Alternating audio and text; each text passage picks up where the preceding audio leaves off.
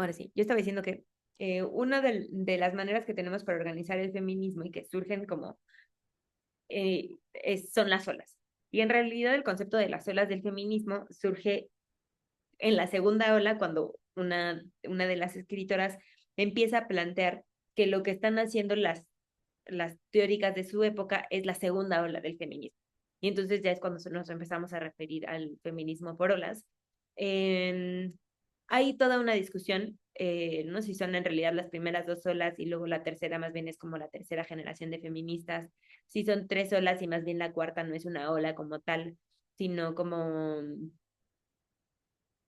eh, una cosa más situada, no es como un crecimiento teórico en un concepto o en un tema particular, en una perspectiva en particular, sino eh, más regional, ¿no? Respondiendo a las dinámicas específicas de las distintas regiones del mundo, de países en específico. Eh, y otra dice que, ¿no? Otras organizan un poco como en sí, si hay una cuarta ola, la cuarta ola es la ola digital. Eh, y más bien lo que hacen es pensar en el análisis regional, o sea, como parte de esta cuarta ola, análisis regional, ¿no? Como el feminismo por sus regiones, eh, y lo engloban como desde varios años antes que la cuarta ola. Al final eso es una manera como de organizar un poco por tiempo, eh, pero de pronto puede ser muy útil pensarlo en olas, también porque hace como sentido a lo que estaba pasando políticamente y socialmente en el mundo y en esas regiones en específico, y porque sí hay como booms marcados, ¿no? Momentos como muy específicos en la historia que convergen o que provocan algunos de estos movimientos y entonces hay como un evento importante en un año y entonces 10 20 años después se escribe muchísimo sobre eso y luego hay como una baja de la teoría del análisis y luego otra vez. No quiere decir que se deje de escribir, pero sí que hay un cambio o como un incremento de la creación teórica y publicación al respecto. Entonces, había una vez la primera ola del feminismo, que por supuesto no se concebían como olas. Eh, y he pasado muchas horas sentada y luego caminando y luego ya no sé cómo sentarme el día de hoy. Eh,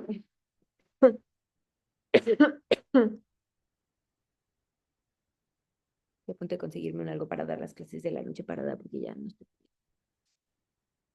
Una barrita, aunque sea. Un banquito. Em, la primera, bueno, antes de que yo me arranque con las olas, ¿ya habían escuchado algo de las olas? ¿Conocen alguna ola, alguna cosa en particular? Ahora que estuvieron leyendo, se cruzaron con algo al respecto. Me gustaría saber qué eh, escritora pertenece a cuál ola. Ideas.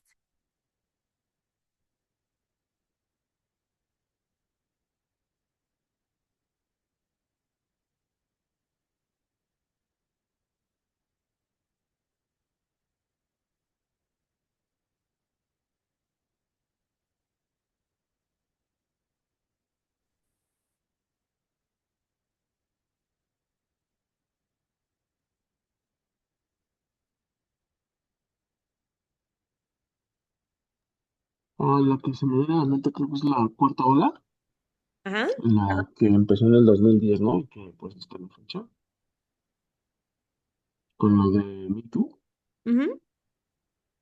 algo así de eso. Súper. Sí, muy bien. Justo ahorita voy allá. Muchas gracias, Víctor. ¿Alguna otra cosa, Víctor, algo más? Algo que le suene,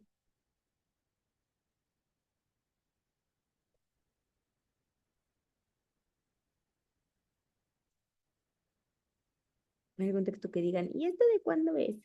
¿De qué hora viene?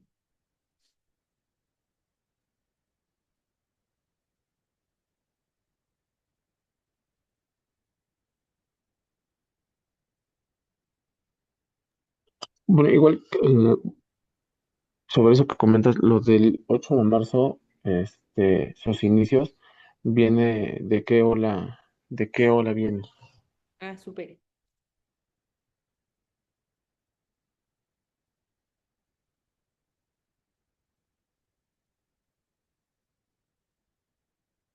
Perfecto. Perfecto, eso les van ocurriendo más cosas. Voy con las olas y entonces, y ahorita atiendo la pregunta. ¿Va? Em,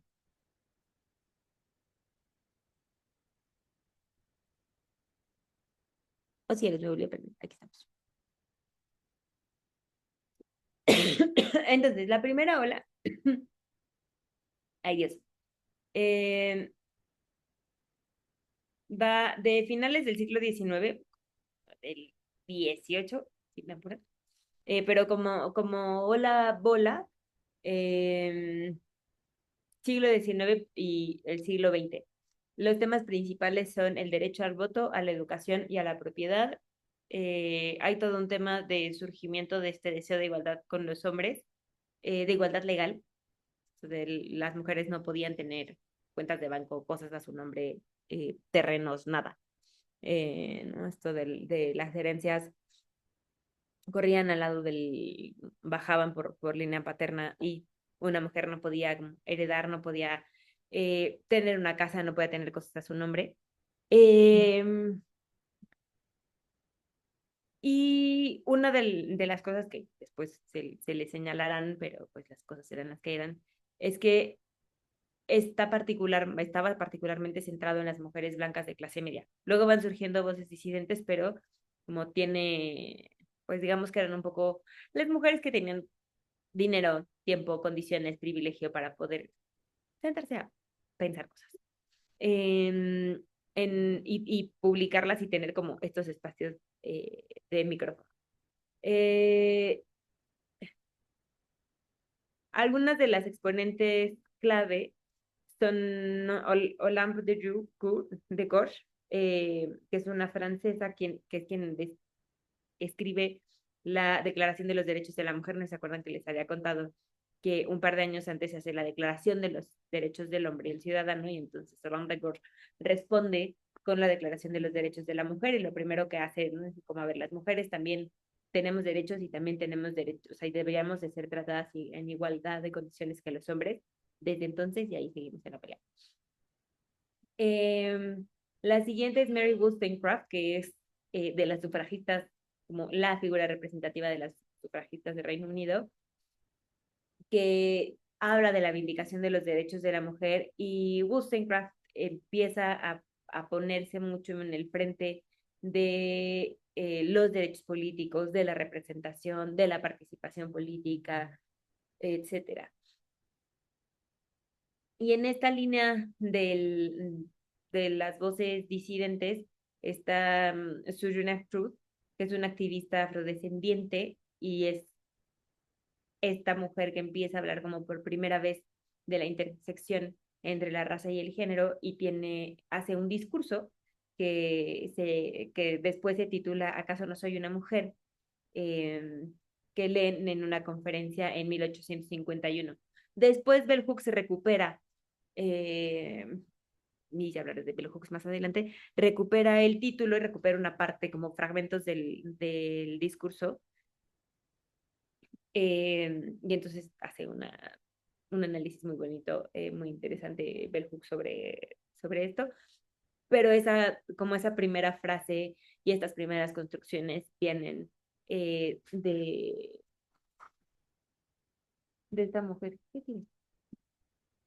Eh, Ahora bien, lo del 8M es una muy buena pregunta y es una cosa curiosa, porque en realidad eh, el 8M surge como una respuesta a un accidente que hay en una textilera, en una maquiladora en Nueva York. Eh, y la manifestación es en 1875. Lo que pasa es que están las mujeres encerradas trabajando en la maquila, de pronto se incendia la maquila y muchísimas mujeres pues mueren en el accidente porque no pueden salir, porque pues las tenían básicamente encerradas en una especie de trabajo forzado. Eh, el, espérenme, estoy grabando esto, ya saben que no, si no, luego yo ando perdiendo cosas y no se las puedo subir nunca porque las pierdo. Eh,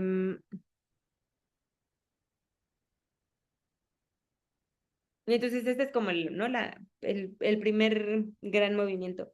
Y en realidad las que van tomando como la batuta de los movimientos y de las manifestaciones a partir de 1900 son las, de 1900 sí, sí, lo dije, ¿no? De pronto son las textileras, hay otra marcha en 1908 y después hay, ¿no? Ya se va volviendo como más, eh,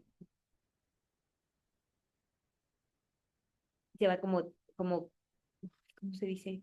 Como socializando y difundiendo el tema del 8M. Las manifestaciones grandes son del 8M tienen, la verdad es que no sabría exactamente decir cuánto tiempo. Yo me acuerdo de haber ido cuando estaba chiquilla eh, a las manifestaciones de los, bueno, algunas como de algunos de los eventos eh, aquí en la Ciudad de México, como por el 8M y otras más relacionados con las asesinadas de Juárez.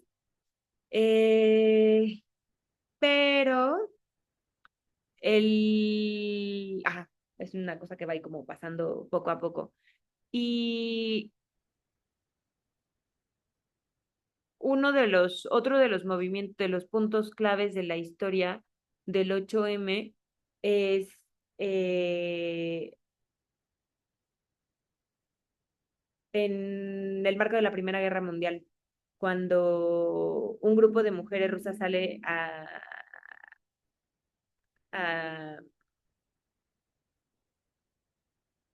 a manifestarse, perdón, de pronto es que estoy viendo unas notas y tratando de hilarlo a cosas y eh, salen a manifestarse en 1917 eh,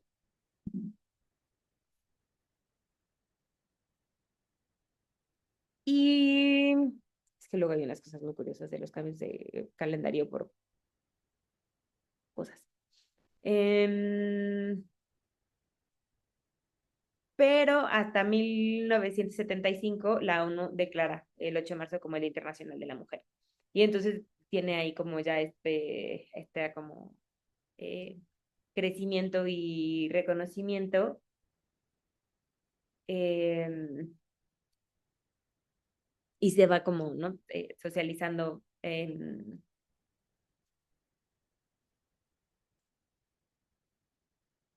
y va sumando más voces. Y un poco ese crecimiento del 8M también tiene que ver con la cuarta ola. No es que no fuera importante, no es que no se hicieran cosas, pero esta visibilización y esta cosa de las marchas masivas tiene mucho que ver con el poder de convocatoria a partir de la ola, de la cuarta ola y la digitalización. Ahora voy allá, que también era otra parte de la pregunta. Eh, En la segunda ola vemos entonces, bueno, es como el 8M tiene como sus momentos clave en distintos puntos de las olas, ¿no? Es el primer accidente y la primera manifestación en 1800 y luego tiene esta segunda ola en este crecimiento y cuando se vuelve oficialmente el Día de la Mujer nombrado por las Naciones Unidas y luego va teniendo, ¿no? Estos siguientes momentos eh, por la digitalización y etcétera. Entonces, no sé si respondí exactamente la pregunta, Víctor, porque no hay como un momento específico para hablar del 8M que no sea como la primera marcha o el nombramiento por parte de Naciones Unidas, eh, sino más bien creo que es el 8M se va armando un poco de distintas cosas que pasan en las olas. Sí, sí, muchas gracias. No a ti. Entonces, la segunda ola va de 1960 como a los 80. Estos son como, como parámetros y como cosas a grandes rasgos, ¿no? No quiere decir que si no es de ahí, pues no es feminismo, no pertenece a esa ola, son como estos booms generacionales, digamos. Temas importantes que se hablan en la segunda ola son los derechos sexuales y reproductivos, muy de la mano con el tema de la revolución sexual, de la liberación, de bla. Eh, no solamente las mujeres, sino en general. Y entonces, pues ahí se pegan. La participación laboral, un incremento en la demanda, en los deseos y en las necesidades por participar en los espacios de trabajo y las modificaciones que esto genera en la vida cotidiana. Eh, y se empiezan a surgir estas críticas a la opresión dentro del hogar, ¿no? ¿Por qué las mujeres en esa época totalmente dedicadas al marido, a la familia, no solamente tener la casa limpia, impoluta, ordenada, sino además tener que hacerlo viéndote como perfecta y pareciendo ser perfecta, sin ninguna queja, sin bla? Eh, y entonces creando como estas expectativas y también mucho control y mucho dominio sobre las posibilidades de desarrollo de las mujeres y las expectativas sobre las dinámicas de la vida. Entonces, ¿no? Con toda esta ola entre los 60, 70 y 80, estas críticas, esta politización, esta llamada al desarme, al cese de guerras y bla, va modificando un poco también, o se alimenta también de ahí más bien. En exponentes, y aquí es un gran ejemplo lo que les digo, como no cabe necesariamente en esa, como en ese rango de generación de década, pero se considera parte de el segundo sexo de Simone de Beauvoir, que tiene esta cita que me encanta, que les decía al inicio de la UCA también, y no se nace mujer, se llega a serlo. Una se construye como mujer a partir del mandato social, de la socialización, de la convivencia, de las normas. No solamente nazco y sé cómo comportarme como mujer, sino se me va enseñando. Eh, Luego hay otro texto muy interesante que es de Betty Friedan de la mítica de la feminidad, la mística de la feminidad, que es del 63 y habla del rol del ama de casa. Y justo es estas cosas que se empiezan, ¿no? Que se empiezan a cuestionar como por qué se construye como se construye, eh, cuáles son como estos secretos y qué es lo que esconden y qué es lo que se busca crear en la dinámica social, en la dinámica familiar, etcétera. Y finalmente, y no es la última y no es la única, y no por eso, y no porque sea la última de la lista, es la menos importante, Bell Hooks, que introduce el análisis de raza, clase y género, termina de poner como en palabras y de aterrizar este texto de Truth a una cosa un poco más, pues teórica, más académica, más analizada, pero recuperando y respetando la experiencia de vida de Truth y las consideraciones que hay como cuando Truth lo está escribiendo sobre eh,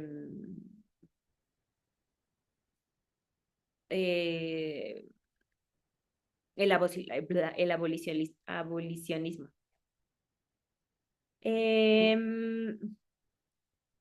Luego tenemos la tercera ola, que es como a partir de los 90 empezamos a hablar un poco más de la diversidad, de los cuerpos y de las sexualidades.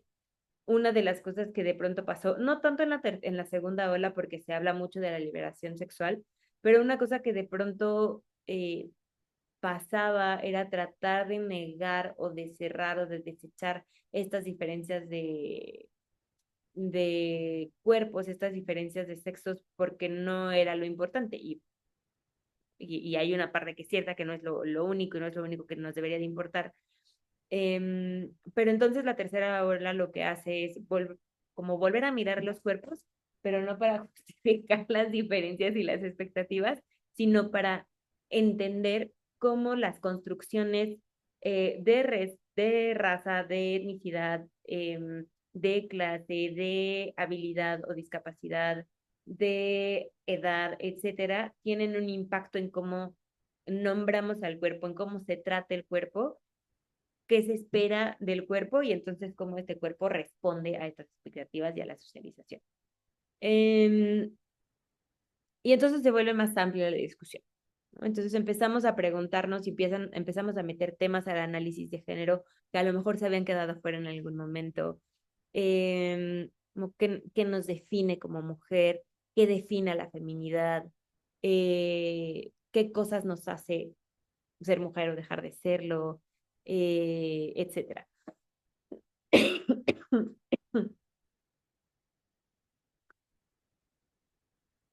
Y en este sentido hay dos teóricas que creo que son como, bueno, una es mi gran referente teórico que es Judith Butler. Yo he trabajado mucho con Judith Butler, no solamente en su tema de género y sus teorías de género, sino Butler tiene una parte muy grande de su trabajo sobre violencia política y sobre filosofía política que me parece chulada y yo básicamente esa sobre ella o con ella hice mi tesis doctoral. No con ella como tutora, sino con ella como autora base. Eh, y el género en disputa habla, muchos de los textos de Butler lo que hacen es este cuestionamiento que les decía de volver a mirar al cuerpo y entender cómo esas normas que están afuera, cómo impactan a los cuerpos, cómo nos socializamos y aprendemos a movernos a partir de esas normas y cómo este cuerpo refuerza las normas, los estándares, las expectativas a partir de una cosa que Butler le nombra performatividad. No la nombra ella, pero la usa para referirse a este caso. Eh,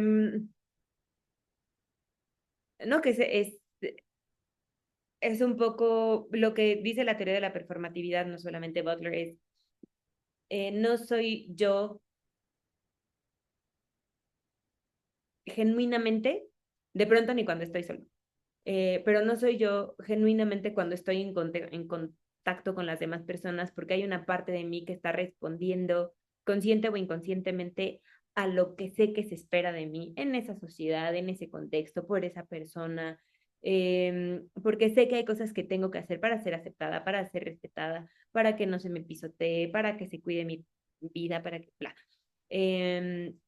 Y entonces Butler lo que dice, mueve este tema de la performatividad, lo pasa de una cosa de expectativa por clase o de expectativa por pertenencia, las usa en las dos, pero los enfoca a tema de género. Eh, y finalmente, como parte de la tercera ola, tenemos el trabajo de Kimberly Crenshaw, que habla de la interseccionalidad como herramienta de análisis y básicamente lo que dice Kimberly es esto que yo les he puesto de ejemplo un montón de veces, de no es lo mismo ser una mujer blanca eh, de las Romas, de las Lomas, de la Ciudad de México, privilegiada, con alto nivel educativo, atractiva, con una buena salud mental, joven, bla, a ser una mujer indígena pobre con una discapacidad lesbiana en la sierra en Chiapas. Eh, y Kimberly lo que dice es que la interseccionalidad, voy a inventarme la traducción de la imagen porque siempre se me olvida ponerles una traducción abajo, es que la interseccionalidad es un lente con el cual podemos ver el poder que viene y se combina y en donde se toca y se intersecta. Es el reconocimiento de que todas las personas tienen una experiencia única de discriminación y de privilegio. A mí, esta ilustración que ahí les puse de dónde la saqué, me parece preciosa porque creo que logra muy bien capturar que, ¿no? Como si fuéramos nosotros el círculo completo, en dónde nos conectamos, o bueno, más bien el círculo de abajo, ¿no? Como cuáles son las cosas que nos conectan y en dónde nos ponen. Quizás para entenderlo mejor, eh, esta imagen puede ser más práctica, habla también de interseccionalidad, considera los mismos conceptos, pero entonces aquí podría ser más fácil hacer como mi propio mapita de privilegio, ¿no? En cuál de estas me ubico, o me ubica más bien la sociedad, porque no se trata solamente de yo cómo me veo, sino cómo la gente me ve a mí. Y si yo comparo esta representación que yo puedo hacer aquí con la representación de otras personas, uno de cómo me miran y luego de cómo se miran ellas en el mundo, puedo ver que tengo más o menos privilegio con respecto a algunas cosas. Eh, y esto es un poco lo que busca la teoría de Kimberley. Y yo en algún momento les decía, no se trata de decir como, bueno, pues que soy privilegiada y pues ya está bien chido y pues ni modo.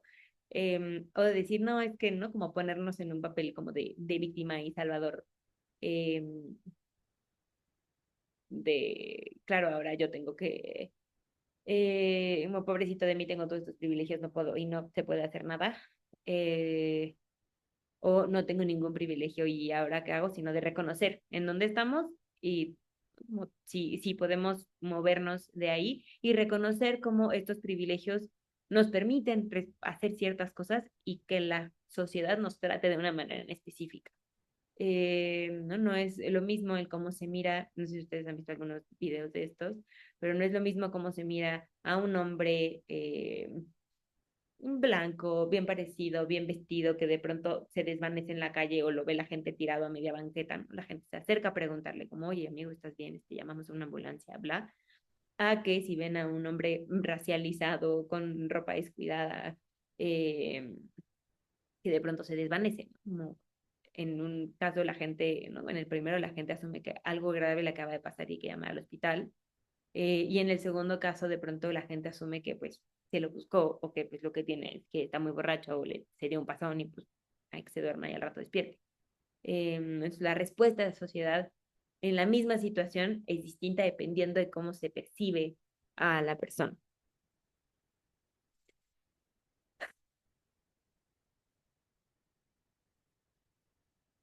Dudas hasta aquí. Ideas, pensamientos, críticas.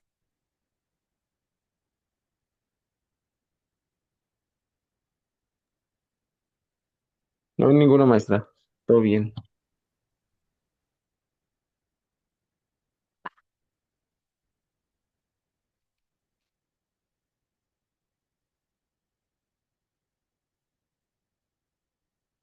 Yo me tuve que hacer un café porque me estaba quedando dormida hace rato y ahora no voy a dormir.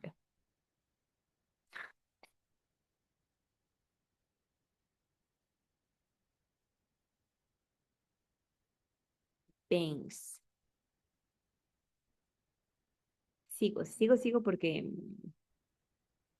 ya saben que yo de esta clase puedo hablar 2 horas y no quiero dejarlas ir tan tarde. Ay, tenemos muchas crisis con el PIR, chicos. Qué bueno que ya pasaron por ahí.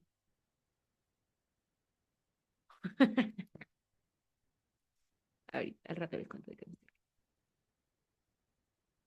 Eh...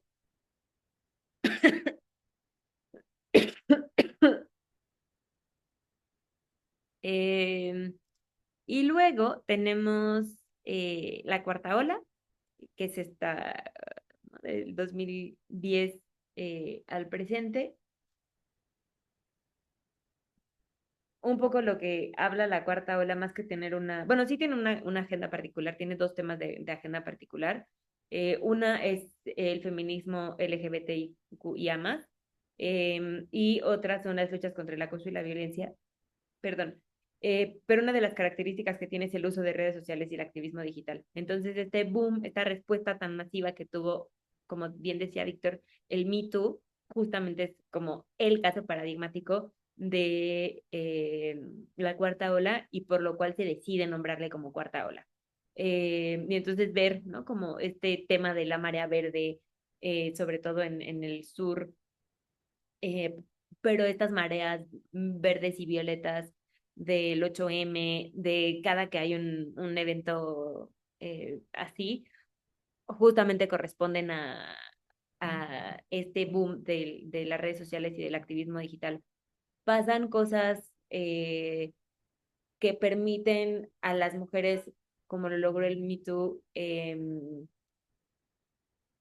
poder romper el silencio, poder salir de, no sé si a ustedes les tocaron, pero los tendederos de las universidades, por ejemplo, de las escuelas, eh, en este poder nombrar sin miedo o con menos miedo que algo había pasado, en este poder denunciar los tipos de violencias que de pronto no estábamos tan seguras de que realmente habían sido una forma de violencia, sino que solamente no nos había gustado por alguna razón, etcétera. Y entonces hay lo que permite esta cuarta ola es poder nombrar con más claridad y con menos miedo algunas de las cosas que están pasando, que no se están pasando, y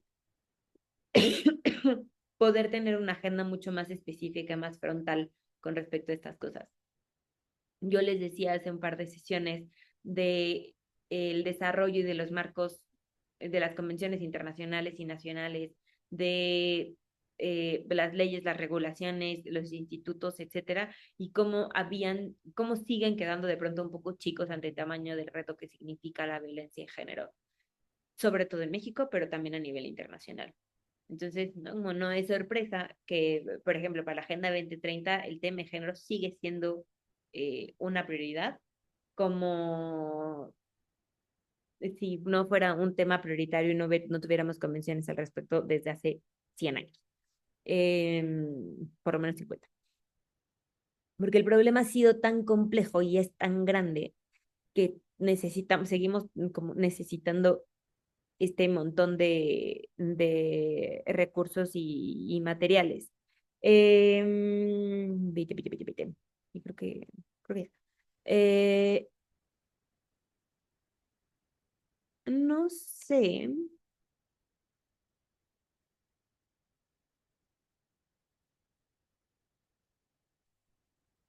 Ah, voy a seguir. Entonces, un poco lo que pasa ahora ay, no. Eh, un poco a partir de la cuarta ola, eh, también de la tercera y las evoluciones que ha tenido, cómo ha evolucionado y cómo se ha solidificado algunas de las teóricas y algunas de las teorías, han dado paso a estos como grupos de teorías más actuales que critican otras cosas y que complementan, más bien, critican algunas cosas nuevas y que complementan críticas previas. Una es la teoría queer, que desafía normas sobre la sexualidad y la identidad. Otra vez una de las grandes exponentes de ello es Butler y otra es Halberstam.